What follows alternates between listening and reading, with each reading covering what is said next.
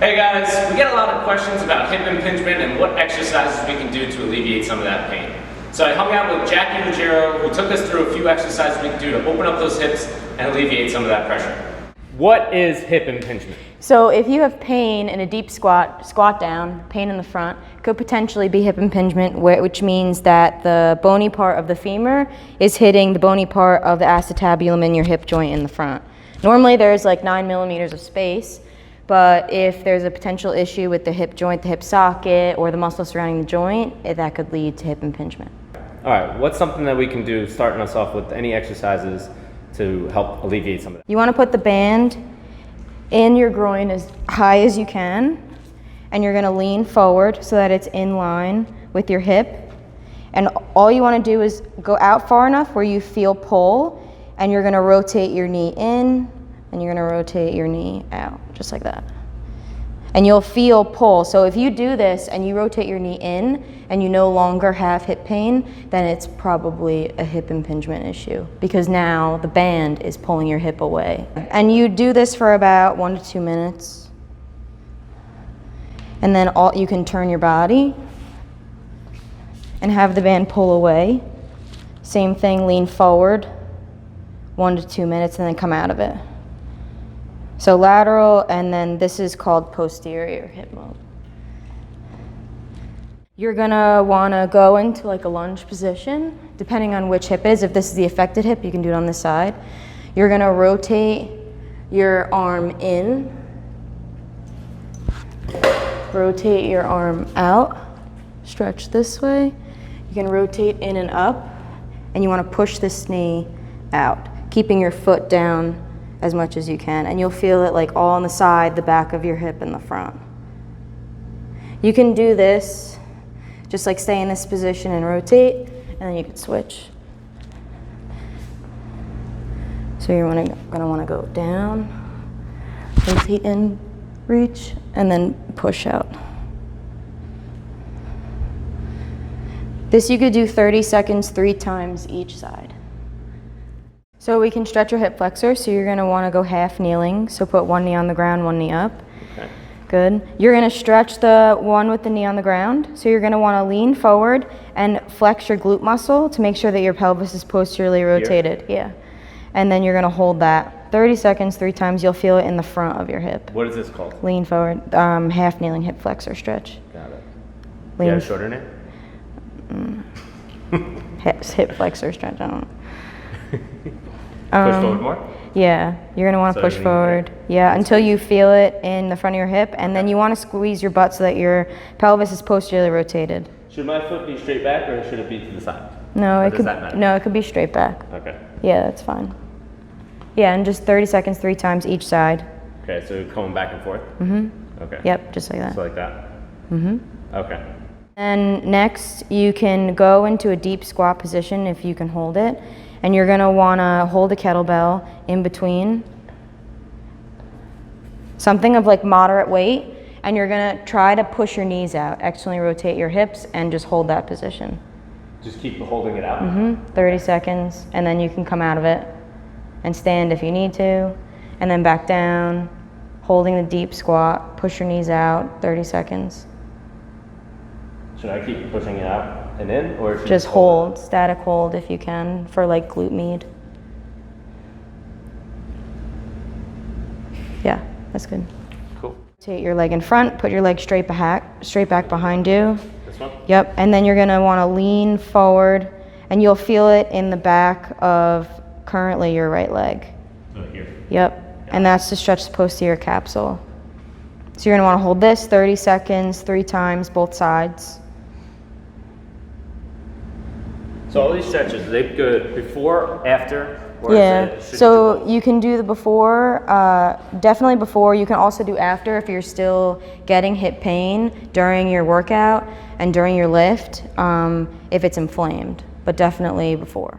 So we got through our mobility work with some light stretches to open up the hip and the hip pocket. Now we're gonna go through a little bit of stability things, and Jack's gonna take us through a few exercises that help re-engage our hips and get everything moving again. So first we're gonna focus on the glute med, which is a really important muscle on the side of the hip that helps engage and stabilize the hip. So we're gonna take any type of band, any type of resistance band that you have, you're gonna put it around your knees. You're gonna wanna lean forward. You're gonna do both sides because one's gonna stabilize while one's activated and the other way around. So you're gonna stand on one leg, say left leg, lean forward, and your leg is gonna go out to the side while the standing leg stays straight. It's about as far as I can get it right now. You're gonna do 3 sets of 15 each side, and then when you're done with the one side, switch, same thing other side. And you'll feel it like in the side of your butt area. Yeah, it feels really, really great. Yeah. So this is really good for stability of the hip. Indeed. All right, I dig that. Stand on either one because we're gonna do both sides. And you're gonna lean forward, hinge at the hip, come straight down, and then come back up. You're gonna feel it in your hamstrings, glute, and then low back area. You don't have to touch the ground. It's more so you're stabilizing and then just come straight back up. You can also use a weight. If you grab that kettlebell, hold it in the opposite arm, and then lean forward for some weight, and then come back up. And then same thing, other side, lean forward. Make sure that your hip isn't doing this whole airplane thing, so keep your hips straight in level with the ground. Go down and then come back up. Am I airplane? No, you're not. Yeah, so same thing, 3 sets of 15, both sides, just to stabilize before you start lifting. Glutes are really important for stabilizing the hip. You want to make sure that your glutes aren't inhibited at all. So you're going to have your back on the bench and your knees are going to come off. No, you're going to like sit. Yep. Oh, like this? Yep. Back on the bench, knees off. You're going to have the weight just resting on your body. You could hold it. You're going to bend your hips down toward the ground. And now with your glutes, squeeze your butt toward the ceiling and lift. Yep, as high as you can, and then back down. Yep, just like that. So you're gonna do that, 3 sets of 15. Any weight that you can do would be good. Anything like light with high reps. Would you think a barbell or something? Yeah, so you could also use a barbell. You could use any type of weight to try to add resistance that way. Just so we're clear, guys, we've been doing this for about 6 minutes. I am soaking wet. But my hips feel really good. Above or below? Above. Okay. You're gonna go down, lay on the floor, and you're gonna do glute bridges. Okay. Can I really lay on the bench? Sure.